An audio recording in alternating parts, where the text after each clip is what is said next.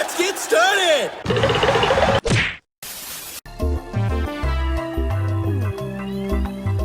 Clever comrade. It's time to cook. Oh god damn it, Deadline, not this again. What do you want me to cook? I dunno. Plot armor, I guess. Plot armor interesting. Okay, whatever. Let's begin. Okay, here we go. Chapter 373. The official ending for the incredibly nonsensical mutant discrimination story. Now do take note that this will not be a full recap. We are just gonna be talking about things that don't make sense. But mostly about teleporter mist guy, Grilby. But before we start, let me say a little something. So if the anime normally adapts 3 to 4 manga chapters per episode, then there's a high chance chapters 370 to 373 will be made as one, making the entire discrimination thing get introduced and finished, all within 20 minutes. Not only that, if you remove all the flashbacks and just focus on the action, the entire thing is just around 5 minutes in universe, further making you wonder why is this discrimination subplot even here in the first place. Now if the creator had no issue ending such a serious subplot in the stupidest and the most nonsensical way possible, you just had to wonder, how is he planning to end the entire quirk singularity doomsday thing? But knowing the creator, he'll probably just make Falcon beat the ever-living crap out of a book. And bam. Quirk singularity doomsday is no more. Now with that said, let's go on with the rant. Chapter 373 has 2 segments. The mutant part, and the Grilby part. Let's go over the mutant part first. So over here we have confirmation that the mutant discrimination subplot, the subplot nobody in the fandom cared about, is officially over. We get speeches, fancy representations, and this shot of a quiet street.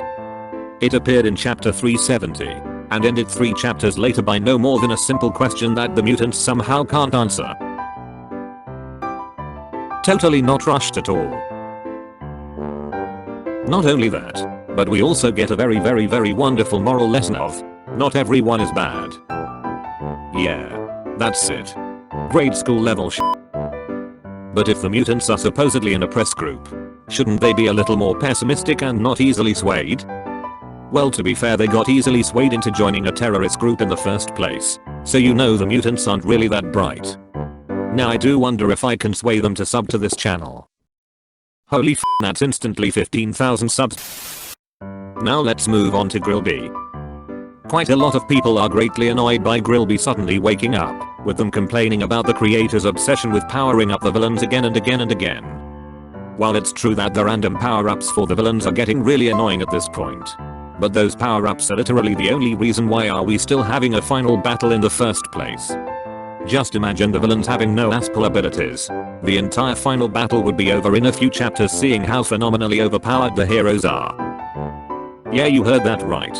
The villains literally require bad writing just to stay in the game. So anyways, back to Grilby. Since he's awakened now, the next set of events would probably be Deadline mentally connects to him, and then gives him some coordinates, and then he starts walking around. Now I do wonder, Grilby said he's going to serve Handyman. After all, he's specifically built for that role. But how is he going to serve Handyman if Handyman's already gone? Isn't that the entire point of New Ord not working, because the person behind the name is now gone? Isn't he now a new person altogether? While yes, Deadline's voice can reactivate him, but with Handyman gone, I don't think he'll stay with the villains for long. I mean, right now there are already some signs that he'll eventually return to his old self. Now I do wonder even more. In chapter 372, it's revealed that the heroes already know there's a mutant army heading towards the hospital long before the battle even started. So why bother defending the hospital when they could just evacuate everyone to the UA fortress, doctors, patients, Grilby and all. On the other hand, why didn't Deadline just get within 5 kilometers of the hospital and warp Grilby out with his black goo teleport quirk? Do you know what, I'm gonna stop asking questions. I'll just do a full prediction on what could possibly happen next instead. Grilby, with orders and coordinates given to him by Deadline, will make portals at specific locations around the country. After that, he'll teleport himself to the floating fortress and wonder where Handyman is. And then he would turn around and see his old buddy. And then we'll get a bajillion flashbacks. And then he'll probably turn into his old self before dying. Overall, the chapter is fairly short. And just like what I said in the previous rant video, the creator rushed the ending of the racism subplot just in time Grillby awakened. So he doesn't need to write out 2 different scenes at once. And as for fellow reptile, I gotta ask, what the f is that garbage quirk he received from Deadline? Scale mail armor can barely defend against anything. And if you remove all the talking and flashback scenes, it barely lasted 30 seconds before wearing out. And then somehow draining all of fellow reptile's stamina with it. Yeah, it's a f***ing garbage quirk, but hey, at least he managed to look like a leader for 30 seconds. So there's that, I guess. Anyways, based on how things happened here, and how Grillby is about to warp out, I'm pretty sure these are fellow reptile's final scenes before the ending. He's got no more to do. If only his supposed friendship with Handyman got more focus, then his scenes here would make a whole lot more impact.